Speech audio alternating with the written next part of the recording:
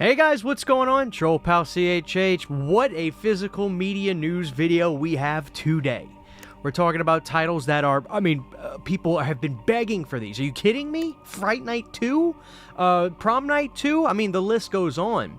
Okay, so the first inclination I had about this was when Dawn of the Discs posted about something about the potentiality of new Vestron titles coming out.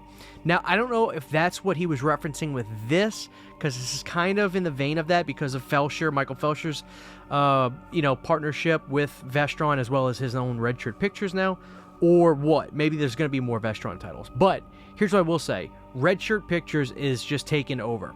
So Michael Felsher, who's been in the physical media world in terms of special features and working on releases since, I don't know if Michael sees this, how long have you been around, dude? Since like the 90s working on these? Maybe even earlier than that.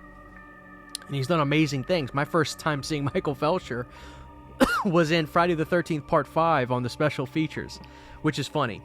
But he just set the world on fire today. So, Red Shirt Pictures is its own thing, but he works with Synapse and Don May Jr., looks like, in terms of restoration work and things like that, and getting the releases done physically. And they're like a partner deal, I think. I think they work together. But Michael Felsher is Red Shirt Pictures. All right, so what we're going to do is we're going to look at the post from Synapse, and then I'm going to talk to you guys about what I think we need to happen. Here we go. All right, guys. Synapse Films posts coming from Red Shirt Pictures and Synapse Films.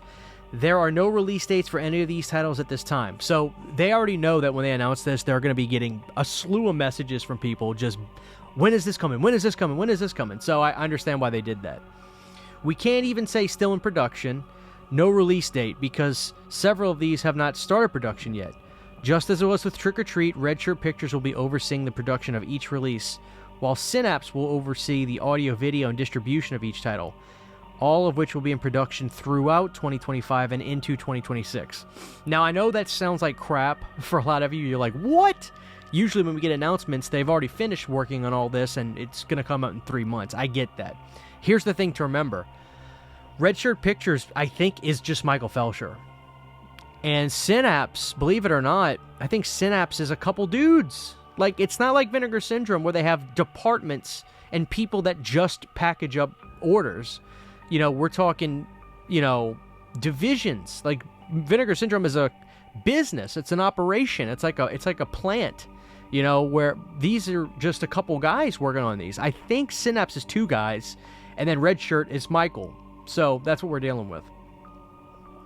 As for a Prom Night UHD, now we're referencing the first Prom Night here, because they have a Blu-ray out for Prom Night.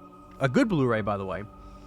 Synapse does have the rights to those, and we hope to do one, but it all depends on access to and quality of the elements. So, I've wondered why they never did a 4K of Prom Night, because I'm like, well, that's a big title for them. You'd think they would do a 4K, but it looks like either the negative is missing or they can't get access to it yet. Hopefully they will, because, Prom Night's pretty much a classic. I think everybody would love that.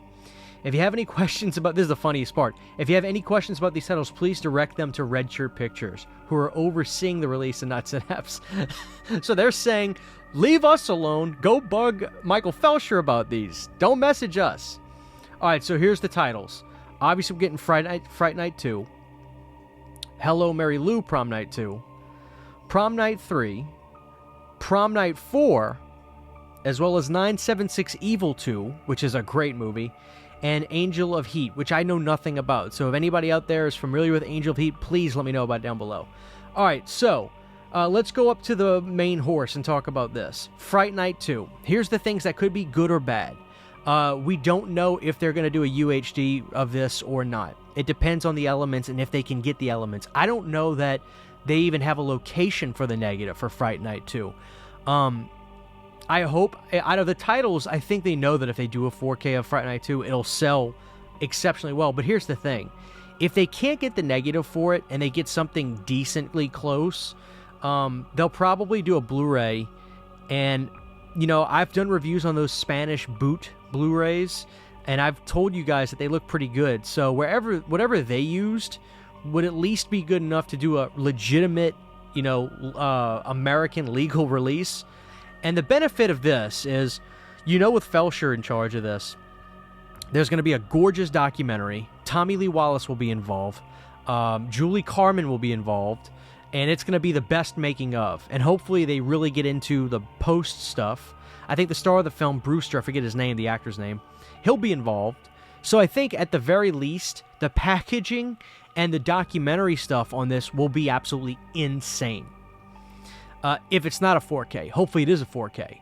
But because I've seen the quality and reviewed the quality of those Spanish Blu-rays of Fright Night 2, I can tell you that at the very least, it'll be a good-looking Blu-ray. Those Spanish boots do not look bad. I reviewed them. I showed you guys them in the video. So that I can say, you know, that for that. So for Hello, Mary Lou, Prom Night 2, we all just need a good release of that. That's been relegated to DVDs, and even then, I don't think they're that great a quality. Now, with Prom Night 3 and Prom Night 4, the issue could be, and probably will be, for the fans, is are they going to be those uncut versions? Because I have DVDs of those, and I've heard people say, well, Christian, those aren't great releases. They're old artisan DVDs, and you know the thing people say is, well, those aren't the releases you really want, because they're uncut versions that are out there that are way better.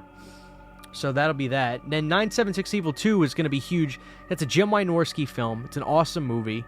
I think people will really enjoy 976 Evil 2. I love 976 Evil, directed by Robert Englund. But 976 Evil 2 is great.